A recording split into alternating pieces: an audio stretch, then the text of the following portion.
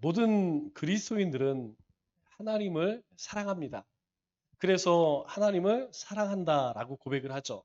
그런데 이 사랑의 고백뿐만 아니라 참 많은 헌신과 희생을 하나님 앞에 드리죠.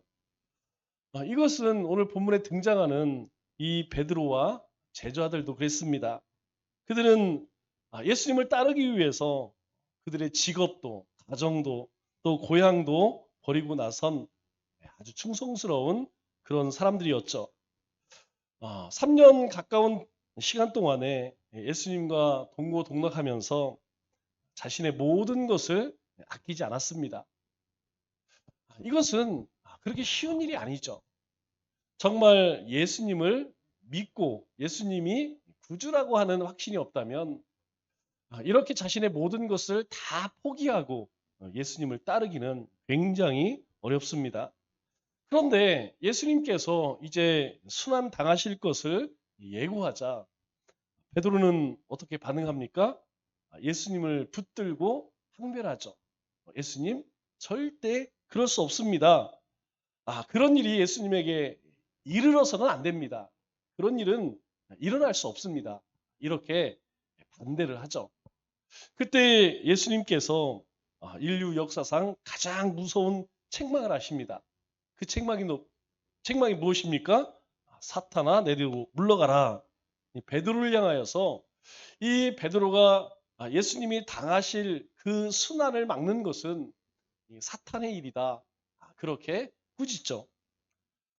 사실 우리도 이 베드로와 같이 평생을 같이 살았지만 남편을 모르는 아내, 또 아내를 모르는 이 남편처럼 제자들도 예수님과 항상 함께 먹고 자면서 그럼에도 불구하고 예수님에 대해서 잘 몰랐죠. 그들은 예수님과 함께하는 예수님의 제자들이었지만 제자 같지 않은 제자들이었습니다. 그래서 예수님께서 오늘 참된 제자의 길은 어떤 것이냐? 먼저 24절 말씀을 보니까 참된 제자의 길은 자기를 부인한 것이다. 이렇게 말합니다. 예수님께서 이렇게 말씀하시죠. 이에, 이해라는 말은 앞에 있는 사건을 이야기하죠. 예수님께서 이제 내가 곧 죽을 것이고 다시 살아날 것이다. 그때 베드로가 항변을 하고 그것에 대해서 이 예수님께서 베드로를 꾸짖는 그 후에 예수님께서 제자들에게 이르시되 누구든지 나를 따라오려거든 이렇게 이야기하죠. 그러니까 예수님을 따르는 자들은 예수님의 제자를 의미합니다. 예수님의 12 제자뿐만 아니라 어떤 사람이든 예수님을 따르면 그 사람이 제자죠. 그런데 예수님이 구분을 하지 않는다는 것이죠. 누구든지 그 사람이 어떤 신분을 가지고 있든 또 어떤 출신이든 얼마나 많이 배웠든 젊은 사람이든 나이가 든 사람이든 누구든지 주님의 제자가 될 수 있음을 이야기하죠. 그래서 누구든지 나를 따르려거든 주님의 제자가 되기를 원한다면 두 가지를 얘기해요. 첫째는 자기를 부인하고 또 하나는 자기 십자가를 지고 주님을 따라야 할 것이다. 이렇게 말씀을 하죠. 다시 이야기해서 주님을 따르는 삶의 시작은 바로 자기 부인으로부터 시작된다는 것이죠. 그러니까 내가 살아있는 한, 내 생각 그리고 내 주장이 살아있는 한 주님을 따를 수 없다는 것입니다. 그래서 주님을 따른다면 첫 번째로는 자기 부인 여기에서 제자의 삶이 시작됨을 우리에게 말씀하죠. 이것이 안 되는 사람은 항상 예수님의 주변에서 어슬렁거릴 수밖에 없습니다. 예수님을 만날 수 없다는 것이죠. 예수님과 함께 교제할 수 없다는 것입니다. 항상 이 예수님 주변, 교회 주변, 믿는 사람들 주변 여기에서는 계속 맴돌기는 하지만 예수님을 만날 수는 예수님과 함께 동행하는 삶을 살기는 어렵다는 것입니다. 사실 우리는 환경이나 물질이나 또는 명예나 성공을 포기하는 것 이것을 대단한 헌신이라고 이야기를 하죠. 사실 이것도 쉽지 않습니다. 우리가 가지고 있는 것, 우리가 추구하는 우리의 어떤 소망, 우리의 꿈, 이것을 예수님 때문에 포기한다는 것, 내려놓는다는 것, 이거 쉽지 않습니다. 그럼에도 불구하고 우리는 그것을 포기하는 것을, 그것을 내려놓는 것을 굉장한 헌신이라고 생각을 하죠. 내가 예수님 때문에 이걸 포기합니다. 내가 예수님 때문에 이것을 내려놓습니다. 이거 결코 쉬운 일이 아니죠. 그런데 예수님께서 우리에게 뭐라고 말씀하시냐면 진짜 하나님 앞에 헌신은 어떤 것이냐? 진짜 제자에게는 어떤 것이냐? 너 자신을 포기하라 이렇게 말씀하세요. 내 자신을 포기하라는 것이죠. 우리가 생각하는 것, 우리가 추구하는 것, 우리가 꿈꾸는 것, 우리가 계획한 것 이것을 모두 내려놓아야 한다는 것이죠. 이것을 내려놓지 않으면 주님을 따를 수가 없다라고 말씀합니다. 왜일까요? 그것은 우리 인생의 가장 큰 걸림돌은 환경이나 여건이 아니라는 것이죠. 우리가 예수님을 따르는 데 있어서 우리가 믿음의 삶을 사는 데 있어서 가장 큰 걸림돌은 바로 항상 우리 자신이라는 것입니다. 가장 무서운 싸움의 대상도 내 안에 있는 내 자라는 것이죠. 우리는 하나님의 말씀을 듣습니다. 또 우리가 말씀을 듣고 또 하나님 앞 기도할 때에 하나님이 주시는 음성이 있어요. 그리고 우리에게 어떤 것을 행할 것인지, 어떻게 살아야 할 것인지 성령님께서 감동을 주시죠. 그런데 어떻습니까? 우리가 그 성령의 인도하심과 주님의 말씀에 순종하여 살지 못하는 가장 큰 이유는 바로 우리 안에 내 자아가 그 주님의 말씀에 엎드리지, 그 주님의 말씀에 죽어지지 않기 때문인 것을 우리는 너무나 잘 알고 있죠. 부인한다라는 말이 참 재밌어요. 부인한다라고 하는 말은 완전한 관계의 단절을 의미합니다. 관계의 단절이죠. 그런데 그냥 관계가 단절되는 것이 아니고 완전히 관계가 끊어지는 것을 의미합니다. 베드로가 빌라도 법정에서 예수님을 3번 부인하죠. 그때 뭐라고 부인합니까? 나는 그 사람을 알지 못하노라 라고 할 때 바로 이 단어가 쓰였다고 그래요. 자기를 부인한다는 것은 내 옛 모습과 완전히 결별하는 것, 그것을 의미합니다. 이제까지 우리가 살아온 삶의 패턴이 있어요. 우리의 생각의 패턴이 있습니다. 이제 더 이상 그걸 쫓아 살아서는 안 된다는 것이죠. 그래서 자기를 부인한다는 것은 우리가 가지고 있는 그 어떤 것도 주님의 말씀에 다 포기할 수 있어야 한다는 것입니다.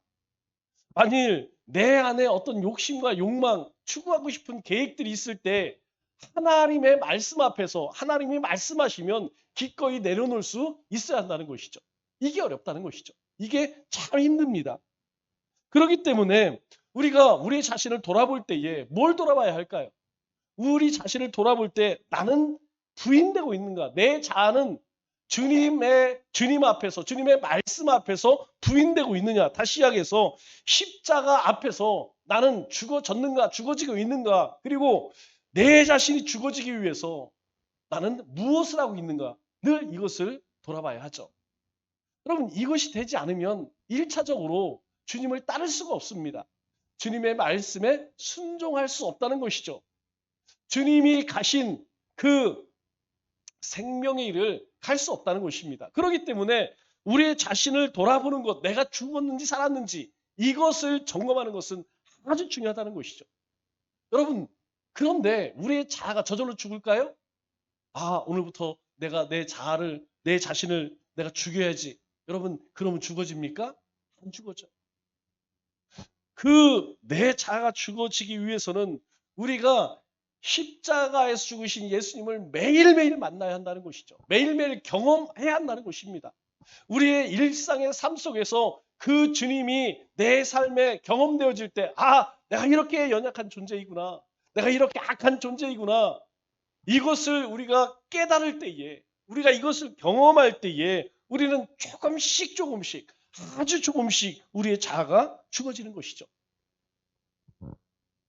그래서 우리는 주님 앞에 매일 간구해야 합니다. 뭘 간구해야 할까요? 바로 내가 죽고 내 안에 내가 죽고 주님이 사시기를 원합니다. 여러분, 주님이 산다는 것은 무엇입니까? 내가 원하는 것이 아니고 하나님이 원하시는 삶을 살기 위해서 우리는 많은 것들을 포기하고 내려놓을 수 있어야 한다는 것이죠.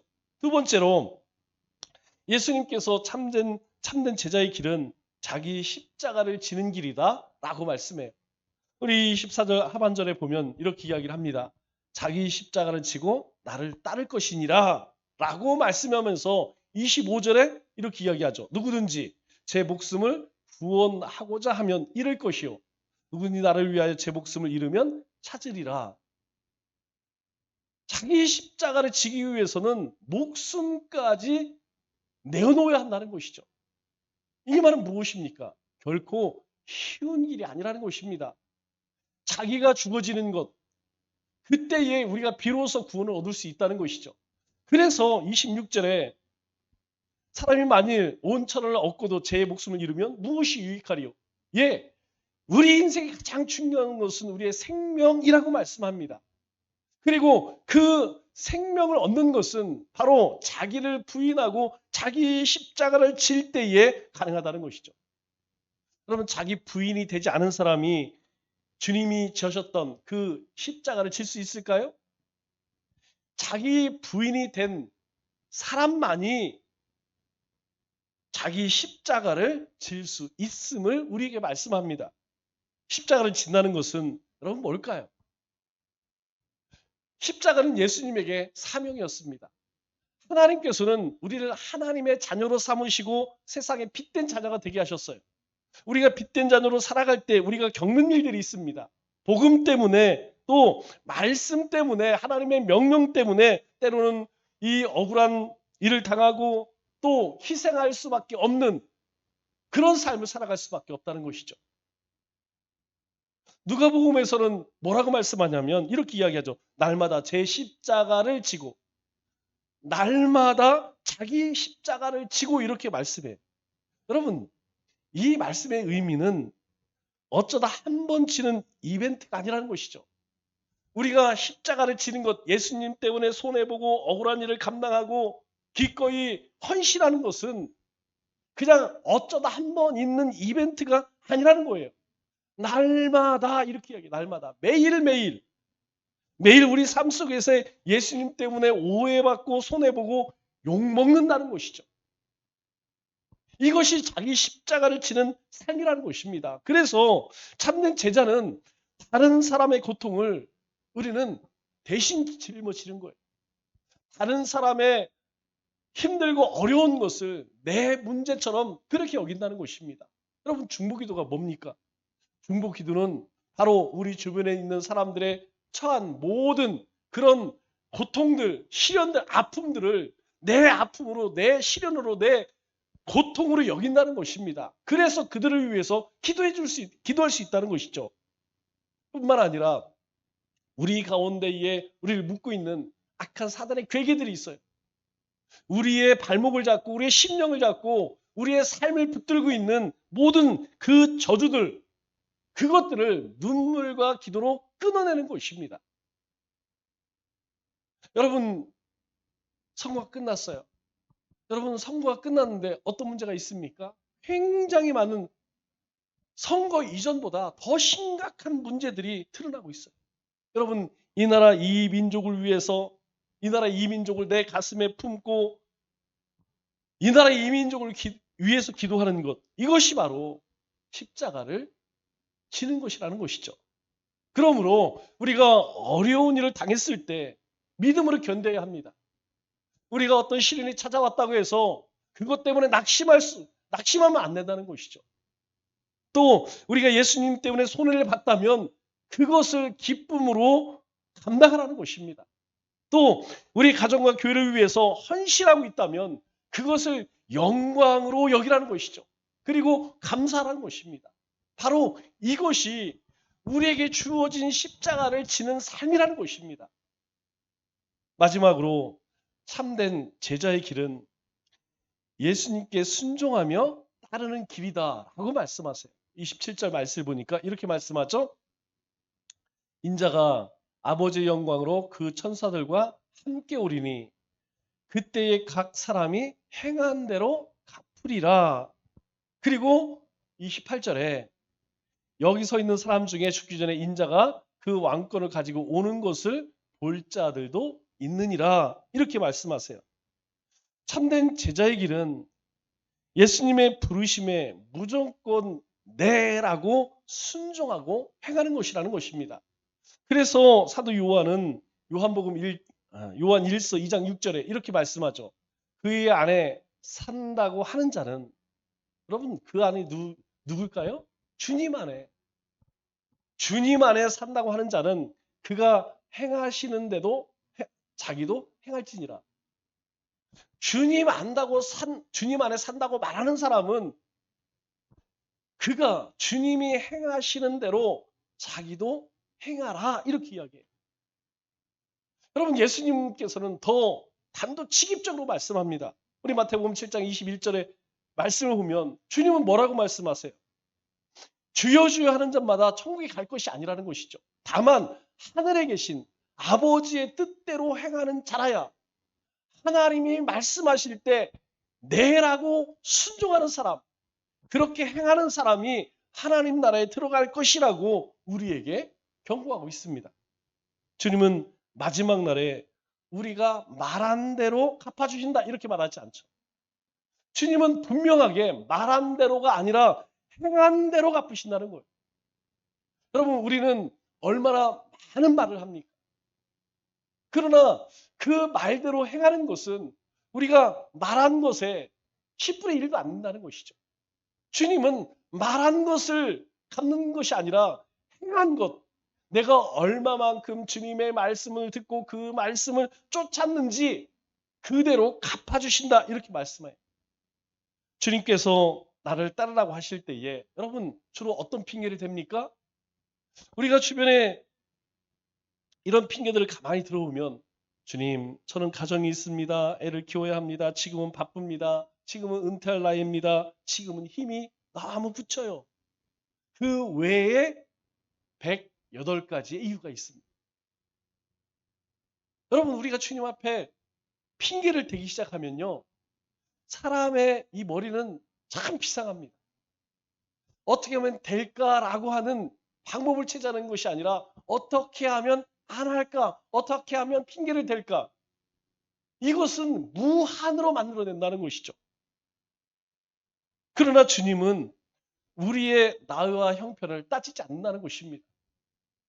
주님께서는 우리가 볼 때에는 저분은 이제 쉴 때야, 그렇게 보지 않는다는 거예요. 저 사람은 능력이 없으니까, 주님은 그렇게 보지 않는다는 것입니다. 사도행전에 뭐라고 말씀하시죠? 성령이 임하면.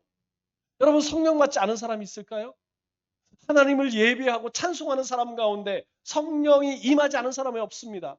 모두가 성령 받았다는 것이죠. 그런데 성령이 임하면 젊은이가 환상을 보고 늙은이가 꿈을 꾼다라고 말씀해요.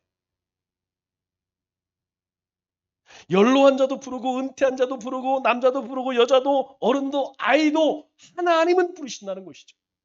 하나님께서 보실 때 저 사람 능력이 있으니까, 은사가 있으니까, 저 사람은 참 열심히 있으니까, 저 사람 믿음이 있으니까, 저 사람은 돈이 있고 권세가 있으니까 내가 저 사람 불러갖고 쟤들을 좀 불러서 하나님 나라 일을 해야겠다. 그러지 않는다는 거예요. 하나님은 그러지 않는다는 거예요. 하나님의 영이 있는 사람은, 성령이 거하는 사람은 하나님의 부르심을 받은 자들이라는 것입니다. 그래서 우리 애들은 바빠요. 진급을 앞두고 있어요. 지금 중요한 일들이 있어요. 여러분, 그렇게 주님의 부르심을 가로막아서는 안 된다는 것입니다. 만일 하나님께서 아브라함처럼 복을 주신다면 여러분, 그 복 주심도 거부할까요? 그렇지 않다는 것이죠. 하나님이 우리를 부르시는 것은 우리를 고생시키러 가는 것이 아니라는 것입니다. 하나님이 우리를 부르시는 것은, 우리에게 도전을 주시는 것은 그 일을 통하여서 우리의 삶을 복되게 하시려고 한다는 거예요. 우리를 통해서 하나님의 나라를 이루려고 하신다는 것입니다. 하나님께서는 우리가 상상할 수 없는 영광스러운 것으로 우리에게 우리의 순종에 복을 주기를 원하신다는 거예요. 그렇기 때문에 여러분 작은 것으로 헌신하시기 바랍니다. 작은 것에 순종하시기 바랍니다. 여러분 처음부터 우리가 큰 일에 순종하기 어려워. 아주 사소한 것, 보잘것없는 것. 그러나 우리가 작은 것에 순종하게 되면 주님께서 큰 것을 맡겨주실 때에도 기꺼이 순종할 수 있다는 것이죠. 그래서 주님의 음성에 즉각 반응해야 합니다. 여러분 우리 마음 가운데 문득 누군가 생각이 나면 여러분 그 즉시 그들을 위해 그 사람을 위해 기도해요. 오늘 찬양사역자가 오늘 찬송을 보내주면서 목사님 기도합니다. 이렇게 이야기해요. 뜬금없이 목사님을 위해 기도합니다. 그 문자를 딱 받는 순간에 마음이 좀 이상해요. 느낌이 이상해요. 저를 위해 기도한답니다. 저를 위해 기도한다. 여러분 하나님이 우리 마음에 그런 마음을 주실 때가 있어요. 불현듯 누군가 생각나요. 여러분 내가 그러면 저 사람을 위해서 이따가 기도해야지 못합니다. 여러분 생각이 날 때에 즉시 하나님 그 사람을 불쌍히 여겨주세요. 하나님 그 삶을 복되게 하세요. 하나님 그 마음에 품는 것을 하나님 이루게 해주세요. 여러분 그 사람을 위해서 그 즉시 기도하시면 됩니다. 누군가 돕고 싶은 마음이 있어요. 여러분 내가 조금 부유해지면 내가 여유가 있으면 그때 하지. 여러분 안 돼요. 누군가를 돕고 싶다면 여러분 액수가 크고 작은 것이 중요한 것이 아닙니다. 그 즉시 그 사람에게 필요한 것, 그 사람이 손에 잡아주는 것이 위로가 필요하면 위로하세요. 그 사람에게 밥 한 끼를 사주고 싶으면 그때 하세요. 다음에 하지 안 됩니다. 하나님께서 우리에게 감동 주실 때에 우리는 즉시 거기에 반응할 수 있어야 한다는 것이죠. 왜 그럴까요? 우리 인생은 우리의 것이 아니에요. 우리 인생은 예수님의 것입니다. 우리의 삶은 하나님의 것이에요. 우리는 사나 죽으나 주님의 것이라고 하나님이 선포하셨어요. 그런데 우리가 여전히 허탄한 것, 썩어 없어질 것을 붙들고 산다면 여러분 우리 주님께서 얼마나 안타깝게 보실까요? 오늘 주님께서 우리에게 분명하게 말씀합니다. 뭐라고 말씀하세요? 우리 인생은요 100년을 넘기지 못해요. 우리는 흙으로 돌아갈 유한한 인생입니다. 우리가 온 천하를 얻고도 세상에서 아무리 성간 주님 앞에 서는 날 아무것도 남지 않는다는 사실을 우리는 꼭 기억해요. 우리가 세상에서 엄청난 업적을 이뤘다 한들 주님 앞에서 아무것도 남지 않는다면 여러분 무슨 소용이 있겠습니까? 주님은 마지막 날에 오늘 뭐라고 말씀하셨죠? 내가 행한 대로 갚으리라. 왜 우리에게 자기를 부인하고 자기 십자가를 지고 그렇게 주님을 따르라고 말씀합니까? 바로 주님께서 갚아주시겠다. 그것 때문에 손해본 것, 그것 때문에 아파하고 고통스러웠던 그 모든 것을 주님께서 주님 앞에 서는 날 다 갚아주시겠다는 거예요. 남은 3일도 자기를 부인하고 하나님이 우리에게 주신 그 십자가를 지고 우리 주님의 말씀에 순종하며 믿음의 길을 걸어가시는 우리 믿음의 권속도 되시기를 주님의 이름으로 축원합니다. 기도하겠습니다.